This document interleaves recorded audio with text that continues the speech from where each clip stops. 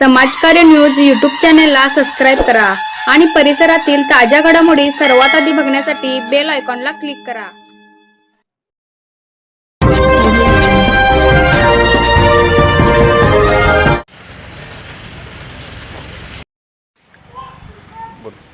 ज्या काही जिल्हा परिषदेच्या योजना असतील किंवा ज्या पेन्शन लाडक्या बहिणीच्या ज्या पेन्शन ज्या स्थगिती झाल्या असतील किंवा थांबल्या असतील त्या माझ्यापर्यंत तुमचे काय फॉर्म असतील किंवा कागदपत्रे काय असतील ती माझ्यापर्यंत आणून द्या आणि मी तुमचे सगळे सोडवण्याचा मी प्रयत्न करेन।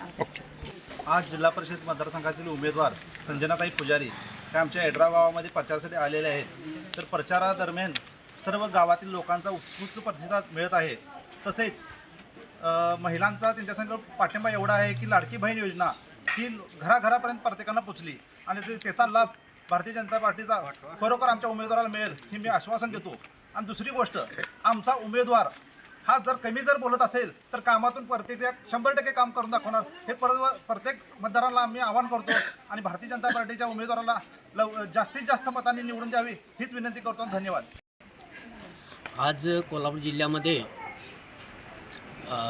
जिल्हा परिषद आणि पंचायत समितीच्या निवडणुका लागलेल्या आहेत। या निवडणुकीच्या माध्यमातून आमच्या भारतीय जनता पार्टीचे सर्वेसेवा माननीय श्री चंद्रकांतदादा पाटील यांच्या नेतृत्वाखाली आम्ही आज आमच्या भारतीय जनता पार्टीचे उमेदवार सौ संजना सातवंडा पुजारी यांना उभे केलेले आहे। तसेच भारतीय जनता पार्टीचे पंचायत समितीचे उमेदवार विजय पाटील हे या मतदारसंघातून एड्रा मतदारसंघातून निवडणूक लढवत आहेत। आज बघितलं तर पंतप्रधान मोदी साहेबांच्या माध्यमातून या देशाला एक नवीन वळण लागलेलं आहे आणि लोकांच्यावर असा छाप पडलेला आहे, मोदी आहे तो मुमकिन नाही, अशा पद्धतीचे लोकांचे आज विचार झालेले आहेत। या विचारधारेतून भारतीय जनता पक्षाच्या विचारातून भारतीय जनता पक्षाच्या ध्येय धोरणातून आज आम्ही आपला देश या जगात 6व्या-7व्या नंबरवर आहे।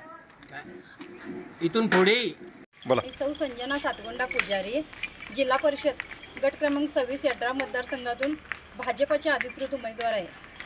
निवडणूक म्हणजे फक्त सत्ता मिळवण्याचे साधन नाही, समाजकार्याचे एक प्रभावी माध्यम आहे आणि मी जे आता येणाऱ्या